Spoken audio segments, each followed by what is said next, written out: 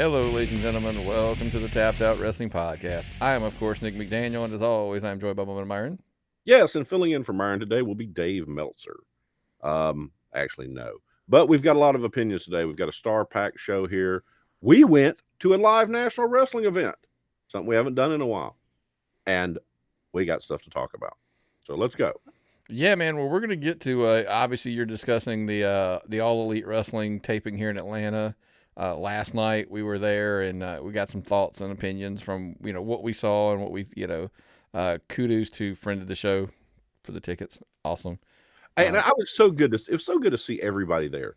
I one thing I will tell you is I have never seen that many people I knew at a WWE show. It was like a reunion of friends we saw from WrestleCade, friends we know from everyday shows. Got to see Dave again. Thank you, Dave. You the man. And it was a lot of fun. I did have a lot of fun last night. Yeah, it was a really good time. And we're going to go into that, in a lot more detail. And then something that kind of triggered us a little bit to think about. As of course, we're going to get into the Georgia Indie Talk towards the end.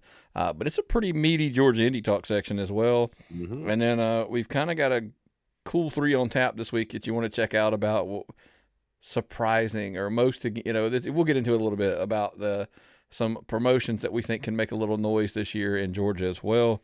But first, we want to start, obviously, with the Kings of the Mountain. Some news came out. It's been rumbling for a while, but there was an article written this week that is really discussions are picking up for either WrestleMania or SummerSlam to kind of go across the pond, go over to the UK somewhere. They did it before. They've done SummerSlam there before at Wembley Stadium. So it's not like it's never been done. Mm-hmm. Wembley's a huge stadium. It's a huge historic stadium. It'd be a great place to do something like this at. And I just want to see Otis eating tea and crumpets and fish and chips. Blame me. It'd be something new and different. And there's a lot of advantages for the American audience, aren't there, Nick? Yeah, we were just thinking about this, obviously everybody's like the time differences, they're trying to make excuses of why it would be wrong. But we came up with a couple reasons that we thought it would actually be really beneficial. Number one, it's not beneficial to the fans and from this perspective, but I think it would do phenomenal for the WWE to have it there because the crowds are always hot there. They're rabid fans. Not overly saturated. Very important. Yeah, they don't get shows there, they're coming through a couple times a year. You're getting them. As far as like it's a regular rotation and you could still drive close enough to some of these others. Yeah. Like All Elite Wrestling, think about it. We went to that show last night. 2 weeks ago, it was in Huntsville, Alabama. It was like 3 hours away. You technically could have driven that, right? Mm-hmm. So and that's like as big as England is altogether. I mean, between here and Huntsville is like the width of the whole country. So.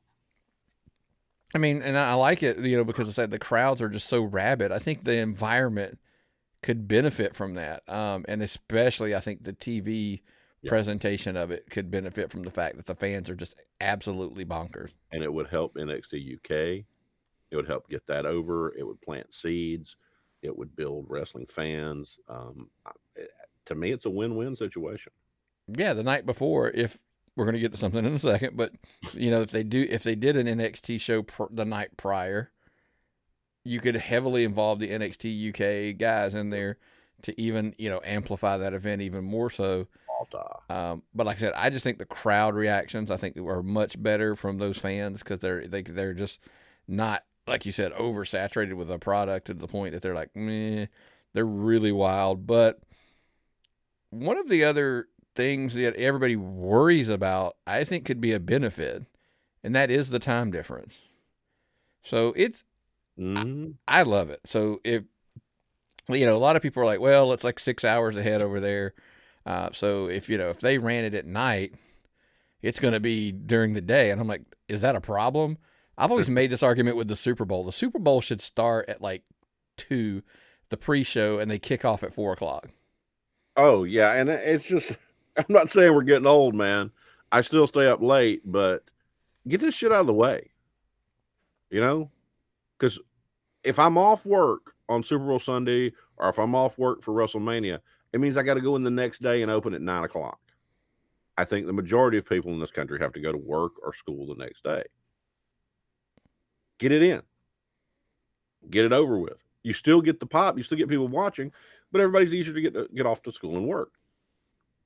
If I'm at work, I'll come home and start it on DVR or the network. I'll watch, and I'll do the spoiler-free day and not log into social media.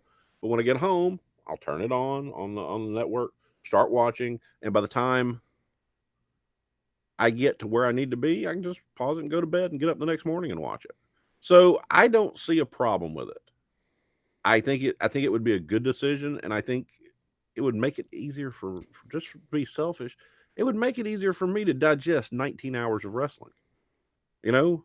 Well, and that's just it. I think that, let's say they started it at 5 o'clock over there. That puts it at 11 a.m. You've got a couple hours of a pre-show. You're at 1 o'clock. Then you've got 5 or 6 hours of of the show. I mean, now, so you're ending around 6, 7 o'clock. I mean, somewhere in that window. That's not bad. I mean, that's not something really to argue about. Get Now, chicken wings all day. make it a day, right? Yeah. If because you've got to work around some of the fact that they can't run that show till 2 a.m. there. Yeah. I mean, it's got to be the compromise, and it's a double thing that I think, because what was it, the last two shows or so? They've been like 7 hours. Yeah. The last two WrestleManias have clocked in at like 7 hours with pre-show and everything involved. I mean, that's a little much. I mean, to handle. Well, but I'll fall asleep. I'll be asleep. Oh yeah. If I start watching the whole thing, I'll be asleep long before it ends. Because I have a narrow attention span, and also, if I sit still for too long, I'm out cold. I'm old. So I want to see something. I think if it started at 11 o'clock, I can get up and move around. Okay? Go to the bathroom, do what I want to do, still be caught up, still be following everything. Have a picnic basket, right there in front of the couch. Get me a cooler of beer, sit it in front of the couch, enjoy my whole day instead of rushing and trying to, interact with your family. Maybe do a phone call or a podcast or something while you're going on. I see that seems nice to me. It's almost like a picnic. It's like a holiday, as they call it in Europe, a holiday. Well, here's the other thing. If they did hits over there, it might actually also force them either to shorten it, or here's the or, because by the way, they ain't shortening it. We had to put that in there for the sake of it. That could, or is this the beginning of it? Is that a thing where that forces them to consider the 2-day event? Because my thing is, I think that culture over in the UK would accept it even more so than here. Kind of like a festival. Yeah, it's like a 2-day festival where you're getting, 4 hours of wrestling 2 days back to back on Saturday and Sunday. That place would sell like crazy. Yeah. It'd be like those soccer hooligan people, I think people would get pumped up. They'd have the towels and those scarves they wear for soccer. Speaking of scarves, I was trying to find me one of those MJF scarves last night at the show. I didn't see any for sale. Were they selling those? I don't think so. It's Burberry. It's a Burberry pattern. I've sold glasses long enough that I know that's their thing. So I can't pick it up at a merch table. Oh, they're probably not at a merch table, but you can find one. You can find them online. So let us know. I mean, our curiosity is, I'm all for sending it over there. Because it'll, I'm sure London maybe can throw a little cash the WWE's way, just like some of these cities here in the United States do, to kind of, bid on it and win the rights to it. But what are your thoughts on, as far as having SummerSlam, WrestleMania, either one in the UK? Just let us know, man, at TappedOutPod on all social media, or tappedoutpod@gmail.com. Or, of course, as always, if you're watching this live on the Facebook stream, right in the comments, let us know what you think. But speaking of events, man, let's go ahead and get into it, because we want to talk about it a little bit. We went down to the All Elite Wrestling AEW show here in Atlanta last night. And there was, let's be honest with you. I'll go ahead and full disclosure up front. It was better than I thought it was going to be. I agree with that 100%. Also, I have to compliment them. The fact the pyro was excellent. The lighting, all the lighting was done perfectly. It looked like a WWE pay per view with the stage, which I mean, Cody Rhodes coming up through the lifts elevator in the stage, the tunnels, the things that look like chandeliers. I mean, it was great. The whole show looked terrific. The lighting, the camera, the camera work I didn't see much of. I just saw it on the Titantron thing or the Contron. Um, but that part, they are doing a really good job presenting wrestling in a beautiful setting. Was some of the wrestling appropriate for that setting or deserving that setting? There's where we go into the opinion part. Well, following this, we're gonna got to get into a whole other topic that we really think is interesting, and it stemmed from how this made us feel. But first, the question was, though, I think everybody's going to be discussing the main topic. Obviously, is Cody, doing the moonsault off the cage. Yes. It was we joked about it. It was a Rhodes in a cage. He had to bleed. Yes. Kind of the law had to happen. And then, of course, I think Cody just had to give a moment that the people from his hometown went home with, and that moonsault nailed And it. his inspirational speech afterwards, um, I mean, the show didn't go off in the arena. The show was still going even when the TV went off. Cody was talking. When he was up on top of the cage to the crowd, bleeding, it was a spectacular sight. It was a great experience. That guy is a Rhodes. He's a showman. He is a professional wrestler. A professional wrestler. I was impressed with him, the way he carries himself, the way he does what he does. AEW is succeeding at building loyal fans. They do a fan service. They give their people what they want to see. I got a kudos to that. Kudos to them for doing that. I agree with you, man. I mean, like I said, but Cody like I said, just I'm with you, man. The speech afterwards, everybody at this point probably knows Dusty Rhodes is my favorite wrestler of all time, and to hear both of his sons, talk about their dad and just kind of the love for the city and for being here, living here all those years and stuff, man, it was it's chill bumps, man. It was awesome. I mean, I'm chill bumps now talking about it. It was a really really good. But like you said, I think what they do best is I think they do know what their crowd wants. Yes. And they go out of their way to give it to them. Yes. Which is not a bad thing, by the way. That's kind of what you want to do, whether it's for everybody. And I think they do a pretty good job. Let's be honest with you, and maybe more so as far as being the buffet for wrestling than even the WWE, because a lot of WWE stuff is very similar from match to match, wrestler to wrestler. And that was something that I thought about that I didn't even discuss this. I literally just thought of it, that if nothing else, the WWE guys, a lot of them look so similar. Yes. AEW, that is not the case. Their wrestlers are like a hodgepodge of different sizes, shapes, and everything. WWE is McDonald's. They will give you a hamburger. They will give anybody a hamburger. Most of the time, 24 hours a day, 7 days a week. AEW is Chick-fil-A. They focus on service over volume. They work to the individual. They take your name on the order. They make you feel it was a pleasure. And that's what I got out of AEW. They were there to entertain their audience. But I'm not always their audience. We're going to get to that in a little bit, obviously. So you got the card in front of you. We're not going to go through it. Look down the card there. Is there anything that stood out that you like, that just for whatever reason you weren't a fan of? Not a fan of Marco Stunt and Jimmy Havoc in the dark match prior to the show. Child abuse. Boring.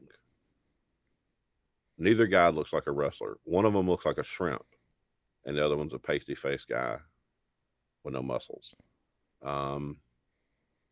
I can't get into that, but the crowd popped. The crowd was chanting for it, so they enjoyed it. They followed that. They started the show with a tag team battle royal, which, once again, I didn't care for because it was spot, spot, spot, spot. I know battle royals are a lot of spots, but it was just choreographed and just spots. They followed that with a women's match that I didn't understand. It was good. The wrestling was good, yes. Yeah, that was the thing. The wrestling was very well done, but it just It was well, too long. let's go ahead and let's go to the disclaimer here. The whole problem is the women's division, in our both of our opinions, is a mess. Yes. What There's did that no tell me? coherent story. I thought Chris Statlander was the person they were pushing is to be a big name in the company. They brought her out for a promo with Nyla Rose later. They had Big Swole come out too. So if they're going to try to get her over, I didn't know who it was she was wrestling. I had never heard of her. Maybe I missed out on something. I don't follow all press releases. I can't. Wrestling's big. I'm big, but I'm very small in what I can always see. So you come out. She has a match with a girl I'd never heard of, and it went a very long time, and it didn't get her over. It was more 50-50, like a Matt who took in. Yeah. And I get it. You're thinking, like, if she's going to go after Nyla Rose, which is clearly seems like it's going to be the case, she should have had maybe 80-20, 70-30 of the match, looked a lot stronger, and then so she looks like a very competitive, that's honestly, it's not a bad thing, but it's just in my mind, I think ultimately that will be an issue because I feel like they do that a lot with all of their matches. Well, Every match is competitive. if I have to think and try to figure out who the heels are, I'm not going to like it. This is just me flat out. There were matches on the card I thought were phenomenal. Cobb and Moxley, I knew who the bad guy was. I knew how that when Jericho was sitting at ringside, he was with the bad guy. He was the faction leader for the bad guy faction. Moxley, come down, man of the people through the crowd. Terrific. Versus the big machine, Jeff Cobb, who's clearly an assassin type. You understood who was what, loved it. Then they go into this tag team match, which I don't understand. Now, I could tell at the end they were going to book it towards there's got to be some turn between Paige and Omega in their tag team title match with the Bucks, but then they're friends. Omega's a friend of the Bucks. Well, they're all elite. They're the elite. Be elite. They're all elite together. But who's the bad guy? Well, here's the thing. We felt like the same issue with the tag match itself.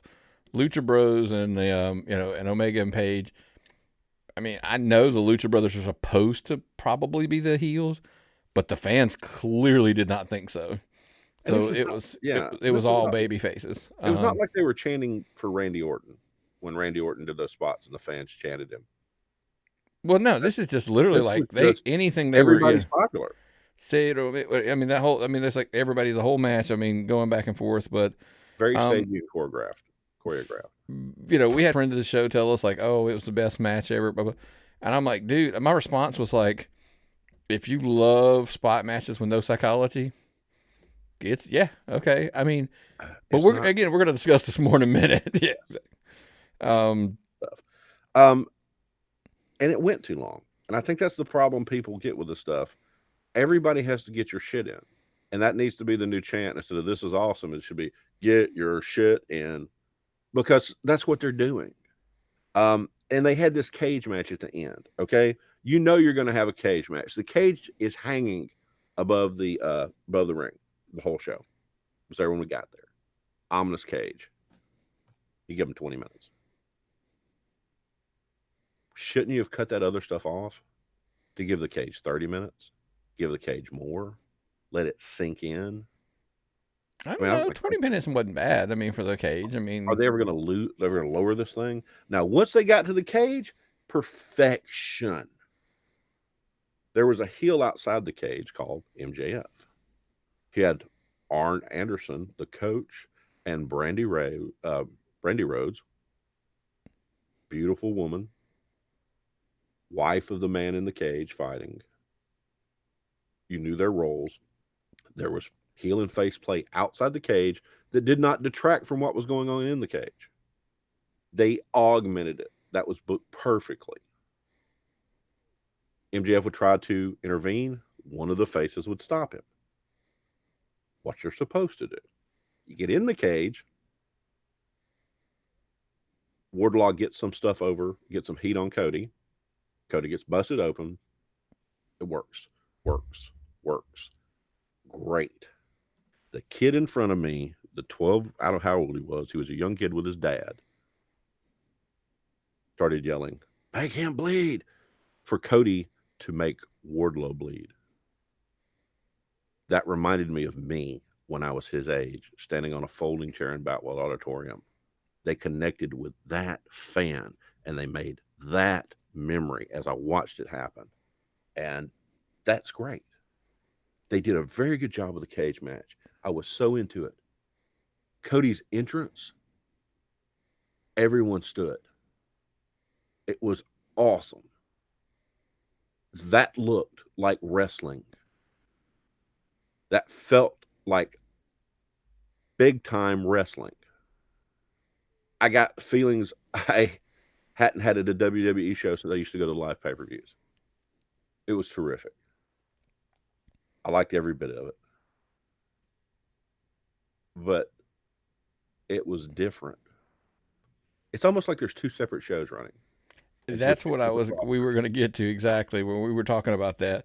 Because I was with you. There's certain parts of the show where, anything involving Cody, Jericho, Dustin, MJF, trying to think of if I'm missing anybody here because I don't think I am. Basically men's singles. Even then, I mean, it's the top tier guys. I mean, the guys who that are attached to something that's Cody Rhodes. Well, here's the thing. You ready for this, guys? What's that? We're going to segue a little bit here because here's the thing. Everything that has a good story going into it is good.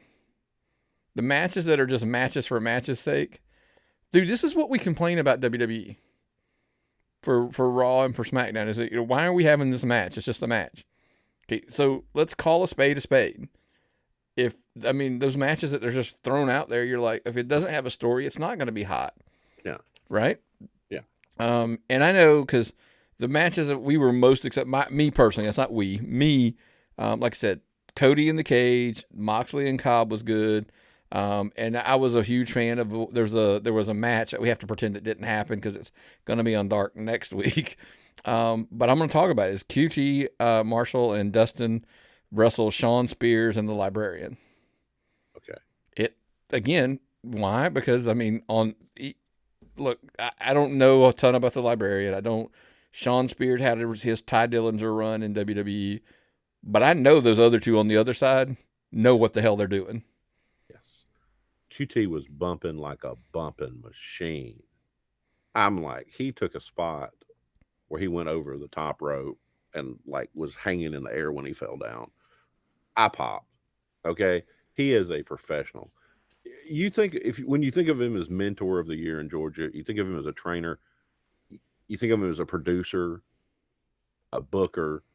You don't really think about how good he is in the ring. He looked terrific last night. Dustin is someone who I've grown up with. Okay? He has paralleled most of my wrestling life.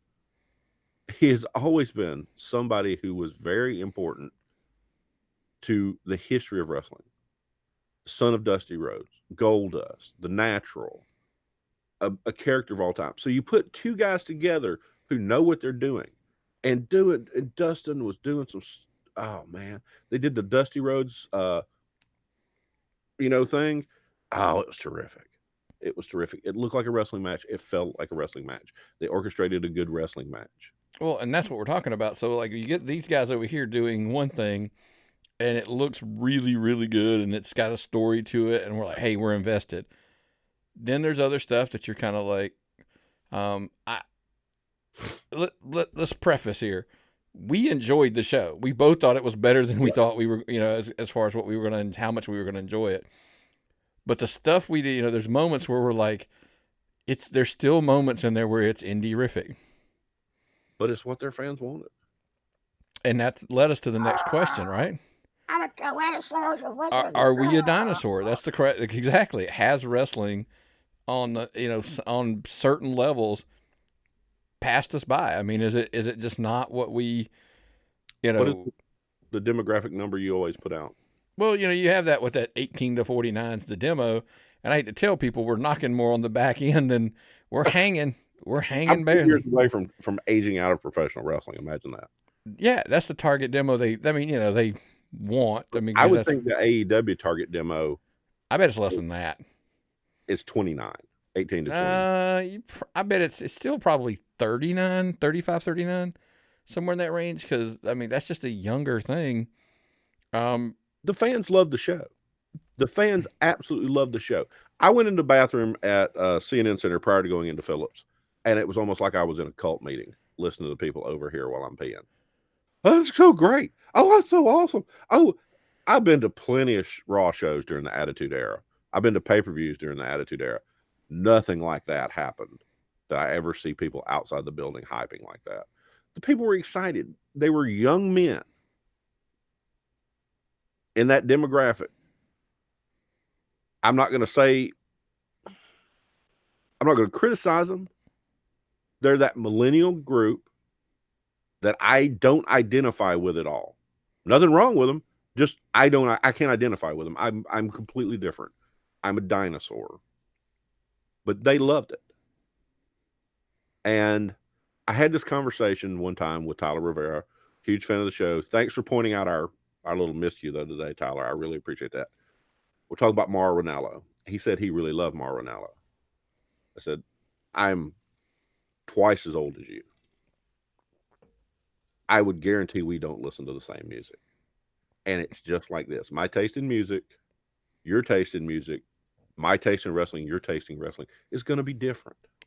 Which leads us, that's the point about All Elite Wrestling, even to WWE. And this is, I think, as we, last week we talked about how partisan wrestling's become and how there's hate, if you don't agree. But at some point you have to understand things we watched that we didn't like at a WWE show, the things we didn't like at the All Elite show last night. I had to look at you and go like, okay, that wasn't made for us. Yes, we've aged out. We've aged out of that demo. That was not for us. Why? Because we discussed the things that we enjoyed, right? It's all things that involve the great story. Yes. Now, I know, and this is going to sound harsh, young fans say that that's what they want. Oh, yeah. You know why they say that? Because they've heard all of the legends of wrestling talk about that is how how wrestling's done, is a great story. Mm-hmm. Telling a story. How many times, you can't go through a podcast of Bischoff, Arn, Jim Ross, Tony Schiavone, whatever, any old school wrestler, and that's what they talk about. The key to the art is telling a story. And the fans will tell you that's what they want, but I don't think they do. I don't think, I agree 100%. They want to see work rate and spots. Work rate and spots. We did it as a movie analogy off air. We were talking about it. Yeah. I literally said, fans don't want Shawshank Redemption. They want Fast and the Furious 36, whatever we're up to at this point. I want to see a Clint Eastwood Western with a plot and this and that. And they want to see a Michael Bay movie.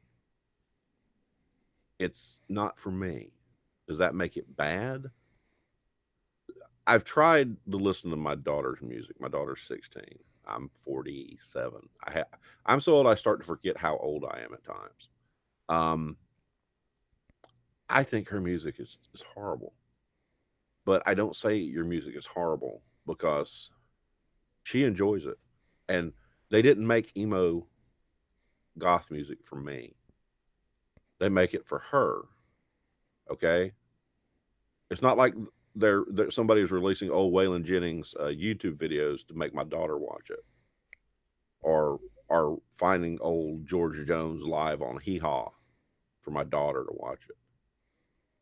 Old Black Sabbath, not for her. For me, yeah. And AEW is like that My Chemical Romance at the Disco stuff. AEW is Fast and the Furious. Yes. On a given, It's not for me. Can I still find wrestling I like? Yeah, I can.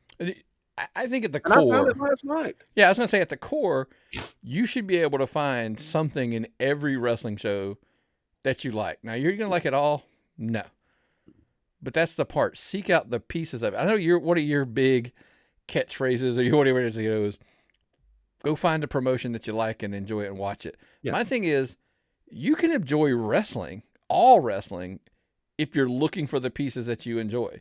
Yeah. I'm sure there's not a movie around that's forever. We're going to put the puzzle here. Jesus, I cannot believe I didn't think of this off the air. Some people love Iron Man. Some people loved Black Panther. Some people like Ant-Man. Some like Thor. Right? But not everybody liked all those movies. But when they put them all together and they made the Avengers, yes, everybody loved that shit. Amen.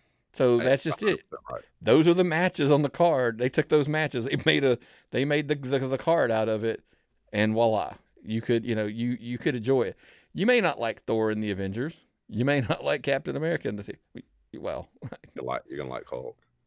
But that's what I'm saying. Who's your favorite character? If you did that, think of that when you go to a wrestling show, and that's my goal for like all elite wrestling. I've been, and I think I've been fairly critical of the some of the stuff they do, but my thing is now to go at it and look at it and say, yeah, but I really liked the Cody thing. I really liked the Dustin Q team thing. I really like the pieces that you like. I mean, I'm like, just if it's just a match you're not interested in and they don't get you, it's okay. Turn to your wife and talk to your wife, or turn to your kid and talk to your kid during the match. If it just can't suck you in, just move on. Marco Stunt though is on the salad bar. He's the seeds and nuts. I don't put that shit on my salad when I eat a salad. But you could be better about like just moving along. Like, look, I'm I'll not gonna move down the line and I'll get me a whole lot of cheese. I like cheese. I like something to fill me up, like a Cody Rhodes match. Yeah, I get critical of seeds and nuts, but they're not there for me. But here's the thing, when we're talking about how, because that's you being old school, right? That's you wanting the old. But have fans? I joked and said, like, has social media, the dirt sheets, just other fans, have they trained people? Like, this is what's good. And because, I was sitting there thinking, and there was a moment like last night at the show. I can't, and sad part is I can't even remember who the wrestler was in the ring. And there was a guy around us like clapping, and he was like, yeah. And I was like, okay, that wasn't good. No, and I was fair because I was just going, that just wasn't good. And it wasn't like, oh, it wasn't made for me. Like, no, but he clapped because I'm like, you were told this guy's good. Well, that happens with everything. It's comic books, movies, video games. The last Star Wars movie, I haven't seen it. Everybody shit on it. You saw it. Yeah. I enjoyed it. Everybody said Rogue One was good. I tried to watch it. Didn't like it. Too boring. Doesn't mean a bad movie. It's a bad movie to me. I did not take everybody saying it was good and force myself to finish watching the movie. I fell asleep. And I don't intend to start it back because I just didn't think it was good. Well, have your opinion. Don't force your opinion down other people's necks. I think that's where Meltzer is messing up. He's reporting opinion as fact. I think it was funny where Corbin called him a cancer on the wrestling business, and Bischoff came back. That was a little extreme, more like herpes. But I think he is brainwashing people, and I think people are being told what's good, and they're following along with stuff that's honestly not very good at times. Well, and we pointed this out at the show last night. We got 2 "This is awesome" chants, and I was like, has the bar fallen that low that this is awesome? Yeah. I'm like, it was good. It wasn't great. And I think we just want the interaction, and we want to be, this is awesome. I'm like, then cheer the baby face. I mean, get him fired up. This is awesome. When the match was good, Yeah. it wasn't awesome. So, but anyway, hey, and if we're off base, what do we always tell you, Myron? Comments. You can look right below us on the Facebook feed. Put your comments in, and at Tapped Out Pod on all the social media formats, and of course tappedoutpod@gmail.com. Share your thoughts and let us know. I was more focusing on Rob Rod's response to critics because I thought that was hilarious. Enjoyed your show, Rob. God, I can never get it right. Keep doing your show, Rod. I enjoyed your humor. I thought you bring something completely good and new to the table. Please continue to do your show. Oh, absolutely. But speaking of shows, man, before we get into the Georgia Indie Talk, this week's sponsor, again, they followed up from last week, man. It's the Elite Marks, man. Great bunch of guys. Great bunch of guys. Hey, we always tell everybody, like, we talk about other podcasts. Everybody's always questioning, like, dude, you're promoting other podcasts on yours. Absolutely. Everybody's got everybody's got their opinions. We've talked about it. They're entitled to their opinions. They want to do a podcast. Well, check out, man, because, over at the Georgia Heat podcast, which is part of the Elite Marks, Trey and Logan do the, they cover Georgia indie stuff kind of like us, but, Logan's doing some reviews, sending those into Georgia wrestling history. Excellent job. Keep doing it. And it's the more you do, the better, the better you'll get. The more, I mean, I had to write a freaking novel, which we'll talk about in a minute, this past weekend for Georgia wrestling history. But don't forget, they also have the Old School podcast that he does with that Trey does with Professor Stone, where they talk old school wrestling because that's hot right now, right? Everybody loves old school wrestling. Everybody loves Attitude Era. Everybody loves that time period. So I mean, just covering some old school wrestling stuff again over at the Old School podcast, and of course the Georgia indie scene on the Georgia Heat podcast with Trey, with Professor Stone and Logan Frazier, those three guys over at the Elite Marks. Check them out, man. You can pretty much find them anywhere on all your major podcast platforms. Just search the Elite Marks. You'll find them, man. And check them out. And you always give them a follow. They're on Facebook as well. Click on there. And, of course, as always, man, give them a rating. Give that 5-star rating review. And while you're doing theirs, hit ours, too, on Apple Podcasts. All those 5-star ratings, reviews across the board would be appreciated. So definitely check them out, man. Definitely. And the other day, Gunnar Miller had said he wanted some more 5-star reviews. I went over and did that. He's a friend of mine. The Elite Marks are friends of ours. I'll go give them a 5-star review. I like what they're doing. I like what they're at. Support your community. Keep it up, man. Absolutely. So check out the Elite Marks on all your favorite podcast platforms. And, of course, give them a follow on Facebook as well. Well, brother, let's get into the Georgia indie scene, man. I know you missed out. So the first thing I do want to talk about, Southern Fried Championship Wrestling. I went to the show this past weekend. They drew 300, man. Okay, I was bluntly honest. I told you I wrote that long review for a reason. It invoked a lot of emotion from me for this show. I was not a super fan of the last show they had done. Put that in the report as well. And I think they redeemed themselves extremely well. Look, there's a couple things that happened, that stood out head and shoulders, for me on the card. And I just kind of wanted to cover those two. First and foremost, it appears that was the departure of Logan Creed. Everybody knows now he's signed to MLW, so he's moving on, it looks like. And if he did, two things. One, he went out on a hell of a note. Yes. Crazy match with Michael Judas.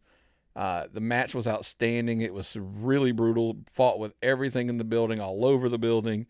And then even for him at the end of that match to sell it post-match. Excuse me. And Logan's some guy I have an immense amount of respect for. He's a terrific guy. He's a great worker. He's a smart man. He knows what he's doing. I was unfortunately basically on bed rest this entire last weekend. I was under the weather once again and missed that. I also missed the AWE show. But I really wish I had been there to see him do that because apparently it was like so well sold. And they put it over so well. He stayed well past fans leaving. everything. It was phenomenal. And, you know, in my report, I really wanted to specifically point out something that's kind of, you know, it's one of those should you say or should you not say. But my point was, Logan, when he's leaving Southern Fried, losing the championship and moving on, he has left that promotion in a much better place than when he took over as champion for all of the drama that had happened and everything that gone on. Yes. And that they put the belt, you know, Michael Judas was the guy the fans wanted. He got every bit of the reaction that they wanted to get from him. I think he's going to be a great champion. And that's how you go out in wrestling. When you leave someplace, you do it on a stretcher, you do it on your back. I knew Logan would do the right thing, but just seeing the way he did it was so impressive. Now, I watched some of the show. I watched some clips. I looked at the photos. I was very impressed by that. Yeah, he did a great job. And then the other thing that stood out on Southern Fried, they've been running a story now for a little while, with Josie Quinn, the Pale Horse, getting hurt, having to relinquish his half of the tag titles. Billy Bucks needed a partner, and of course they've been doing this story with Matt Sells. The lovable loser, Matt Sells. You know, he went 449 days. If I'm wrong, sorry, Matt, but it was something to that effect. He ended his losing streak at Action, comes back, and he's still. I can't tell you, Myron, that when they ended up, when Buck first told him no, out in the middle of the ring, the fans were genuinely disappointed in Billy Buck for not picking him. And those fans emote very well. They let you know what they're feeling there. Very much so. And then when he ends up making the save in the tag match, and Buck finally gives him the belt, and they are now your tag team champions, the crowd went crazy. I took it a moment to go over and say that, you know, Bully Ray he tweets it a lot, talks about it on Busted Open a lot. There's a difference between getting over and going over. Yes. Matt Sells got over losing for over a year. Yes. And he got over to the point that when he finally won, the crowd just absolutely has embraced him, loves him. And I put him on any list of somebody to watch in Georgia wrestling this year, because I'm telling you, I think that he's been just, you know, embraced and loved by the fans to the point that I think he's got a huge potential this year in 2020. And he's getting booked everywhere because of it. Mm-hmm. That's how you up your stock. I know I'm not in the wrestling business, but I watch it a lot. And guys that get over get booked. Doesn't matter if you win or not. He can work, and he's an entertainer. I mean, if you haven't seen the It's Never Sunny in Matlanta, his video series, check him out on Facebook. Give Matt Sells a follow on Facebook. I'm telling you, it's well worth the price of admission alone. The other big show this past weekend, Peach State, man, they would not be outdone. Rob Rod was at the show, wrote a phenomenal report, 323. But looks like Peach State's back, man. I don't know how else to say it. I don't know next year how many awards Matt Hankins will be qualified for. I mean, he has been behind the resurgence of Peach State. He's done such great work in Anarchy. He's starting his own promotion down there at PCW. I saw him last night. I try to pay homage to that man every time I see him because I'm always so impressed by his work. He's done miracles. And Peach State was on the verge of irrelevancy not too long ago. And they have resurged like this. And I got to get out there and see that show. You know, I really got to get out there and see that show. Yeah, we've made the drive out that area before. It's a long, long ways, but I mean, like I said, keeping this up, man, I'm with you. It's just they're doing some phenomenal stuff. But, you know, it's overall, like one of the things we were talking about was, you know, two promotions this weekend drawing over 300. Mm-hmm. It's such a phenomenal time in Georgia, you know, indie wrestling right now. Yeah. And a lot of it's, you know, the promotions, it's the coverage, and, you know, the whole between Rob Rod and us and Gary, and Larry and Platinum and just like I said, Logan from the Elite Marks, he's getting out there now doing reports. The coverage is great, and it's a great thing because we put down a list of like promotion that we were like players. I mean, like Southern Honor, Southern Fried, Action, Viral, Anarchy, IW, AWE, Spinebuster, Peach State, Southern Violence. I mean, across the board, and those were in no particular order. We were just like, dude, these are just good, solid promotions running. Mm-hmm. Where like the wrestling's getting good. Yeah, and folks also have to remember, Georgia wrestling history doesn't send anyone out to your show. If someone is available and wants to go a show, we'll go. Occasionally, we'll communicate and see who's going to what show, so we don't overlap if possible. But there's not a desk somewhere where somebody's writing out our schedules. We are all independent people doing this. None of us are paid. None of us. It's just entertainment. Absolutely. Like you said, Rob Rod messaged me and was like, "Hey, you guys going to Southern Fried?"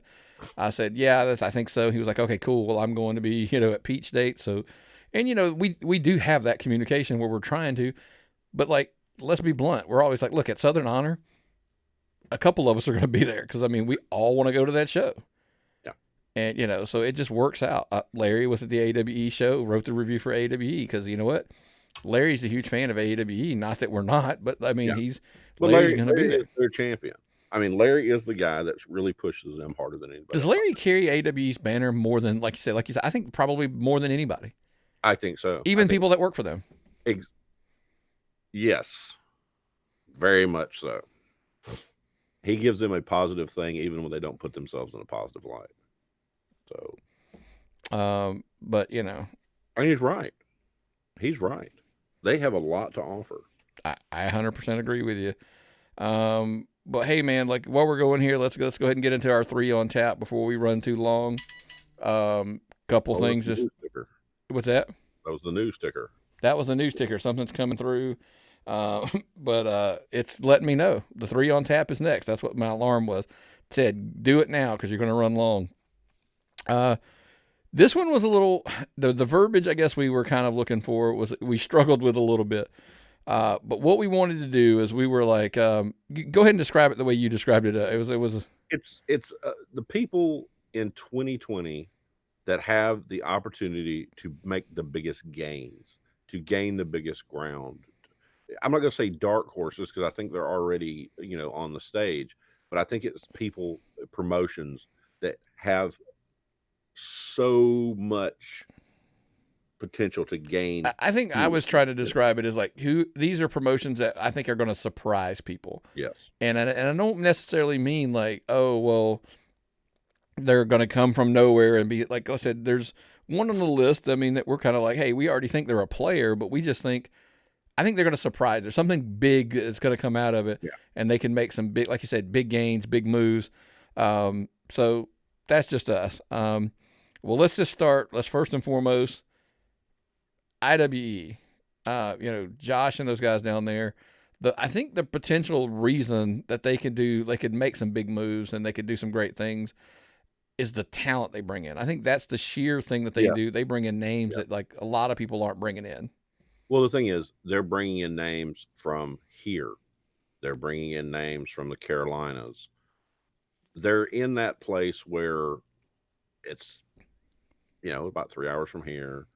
It's, I don't know how much it is to Charlotte, but you're in a place where you're bringing in people that the Georgia people in Augusta don't see from North Georgia.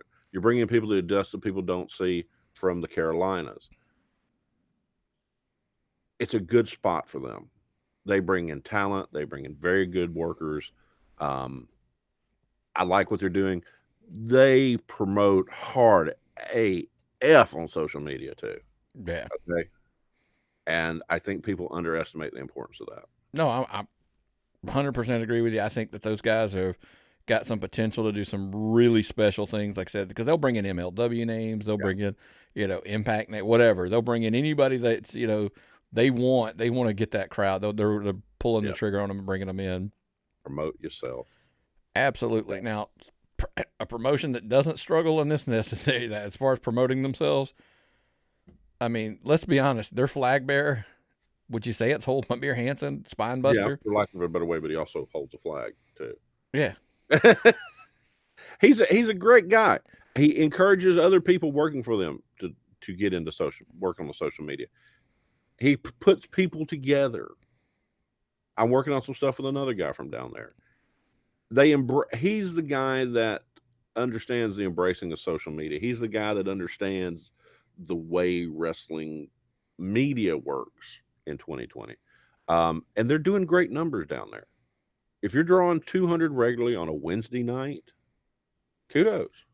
You got people up here talking about going down to a show, kudos. You're drawing out of North Georgia, bringing people in from Florida. Always seem to have excellent cards. I had a fan at Southern Fried Saturday ask me about going to a Spine Buster show. Like they wanted to go and was like, hey, let's all figure out a way we can go down there because we know it's far. Yeah. But wouldn't it be awesome if we all went down there to see it? And I was like, oh yeah, I agree. But you know what that means? There's some buzz. Yeah, and they're working their way up into PCW. Hanson's got a title there. They're kind of showing people what they're all about up here. And so they'll want to go down there. I agree with you, man. So big things to Spine Buster, man. I think 2020 could be a great year for them as well. And number one, this is kind of why we were real careful about the verbiage, is it wasn't like they're not a player. They've always been a player. But I think 2020 could be a huge year from them because it seems like they're making some great strides in the right directions already. The crowds are getting better, and we just talked about it a minute ago. Larry Goodman carries the flag for AWE. Yes. More than anybody. The magic that I think AWE has, and this is not something we've never said before. The magic that AWE has is they are creative and they're very willing to take risks. They'll try anything. That sometimes they will hit a grand slam. They're going to make strikeouts. Because here's the thing: the bigger the risk, the bigger the reward. That's it just happens. But I think they're one of the promotions out there that are willing to take those risks better and more than anybody. Yes. And I think that's why they have the potential to make.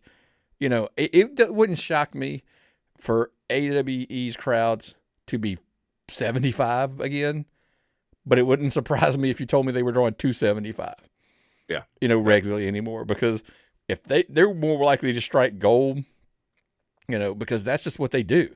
Mm-hmm. Is they're taking those risks and they'll do, murder is just, he just will do whatever. Yeah. And it's, and it's, you can't sit there and say they don't bring in talent because they bring in the names they bring in. I mean, with Joe, Joe Black at the top, Shugs, wrestling down in there, Chips obviously there. I mean, you can go Kenway. The names go on and on and on. Top tier talent and compelling storylines. That's what succeeds in wrestling. So that's why we have them, sitting at the top of our list of promotions that we think can just surprise everybody and just skyrocket from where they already are, which is dangerous because they're already considered one of the top players in the Georgia indie scene. So that's our list. So IWE, Spinebuster, and AWE. We think all three could have just a phenomenal year, something that just surprises some people and just takes off like a rocket. So if you agree, what do we always say? At TappedOutPod, tappedoutpod@gmail.com in the comment sections. Let us know if you've got some other promotions that you think that maybe we missed. There are other great ones out there. It was just kind of like, hey, this is the three we've got that we think are, got the biggest, potential there to have that huge upside. So, anything else you got, man, or?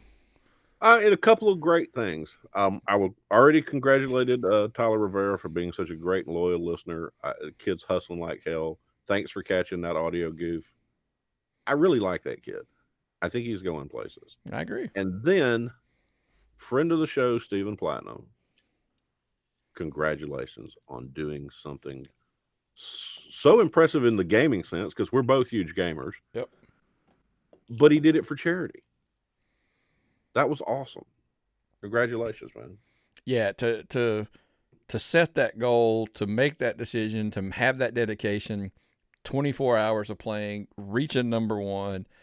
But you know me, man. I have a soft spot in my heart for kids, always have.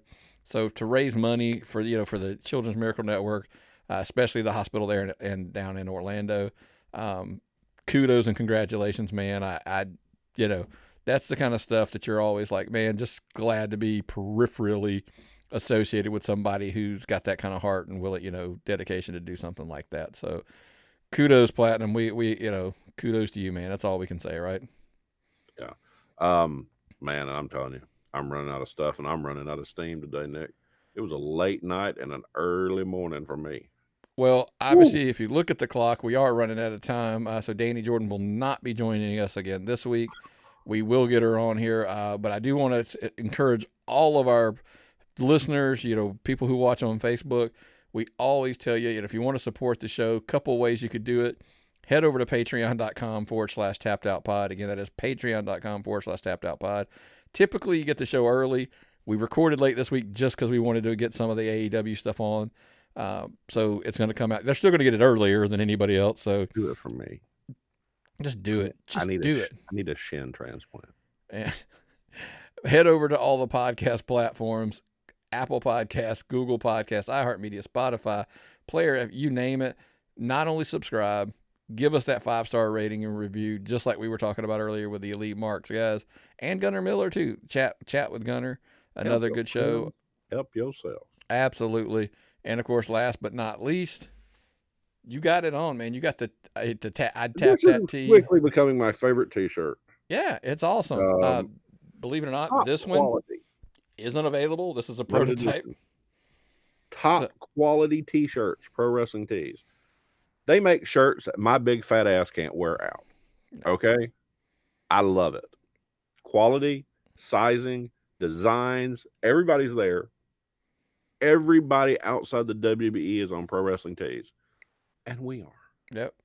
And you're going to find those over at prowrestlingtees.com/tapped out wrestling podcast. Or if you just go to prowrestlingtees.com, in the search menu, just typed out wrestling, will come up. But man, just any way you can support the show, we would appreciate it, man. But with that, man, I got nothing else. What about you, man? You got anything else before we get out of here? I don't have anything else. Well, if that's the case, man, what's the old saying? If I've got nothing and you've got nothing, what time is it? It's time to tap out.